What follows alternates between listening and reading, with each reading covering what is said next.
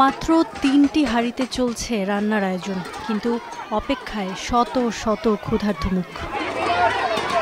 বিধ্বস্ত গাজার মতোই অপেক্ষার এই মুখগুলোতেও ক্লান্তি আর অনিশ্চয়তার ছাপ।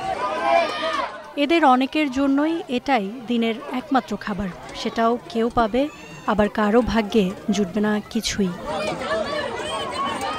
একবেলা খাবারের যোগান দেয়া এই উপত্যকায় যেন বাঁচা মরার লড়াই, কারণ যুদ্ধবিরতির মাস পেরুলেও গাজায় মানবিক সহায়তা সীমিতই রেখেছে ইসরায়েল। খাদ্য ও পানির অধিকার থেকে বঞ্চিত হচ্ছে ফিলিস্তিনিরা। ফেব্রুয়ারির পর আমরা আর কোনো সহায়তা পাইনি।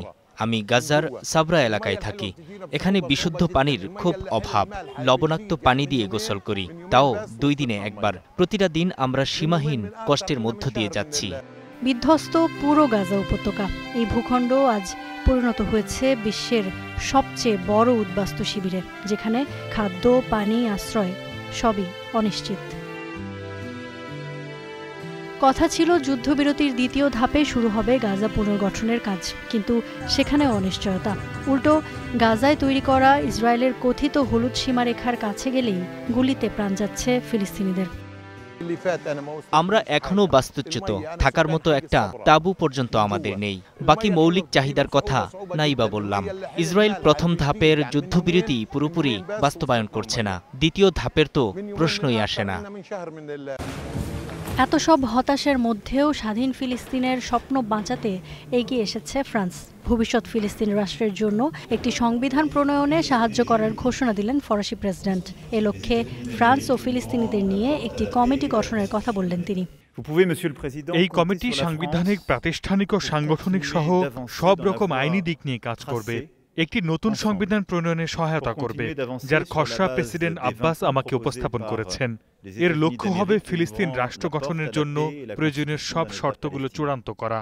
সেই সাথে গাজায় মানবিক সহায়তা হিসেবে 10 কোটি ইউরো দেওয়ার প্রতিশ্রুতি দিয়েছে ফ্রান্স। ফিলিস্তিনি প্রেসিডেন্ট মাহমুদ আব্বাসও ইউরোপীয় নেতাদের আশ্বস্ত করে বলেন, তারা ইহুদিদের অধিকার সমুন্নত রেখেই গাজায় শান্তি চান, ভবিষ্যতের স্বাধীন ফিলিস্তিন ভূখণ্ড চান। আমরা আবারও বেসামরিক মানুষহত্যা ও হামাসের 7 অক্টোবর 23 সালের কর্মকাণ্ডের নিন্দা জানাই। আমরা ইহুদি বিদ্বেষকে প্রত্যাখ্যান করি, কারণ এটি আমাদের মূল্যবোধের পরিপন্থী। আমরা সংলাপ ও শান্তির প্রতি প্রতিশ্রুতিবদ্ধ। আমরা এমন এক গণতান্ত্রিক রাষ্ট্র চাই যা আইনের শাসন, স্বচ্ছতা, ন্যায় বিচার, বহুত্ববাদ ও ক্ষমতার শান্তিপূর্ণ হস্তান্তরের প্রতি অঙ্গীকারবদ্ধ।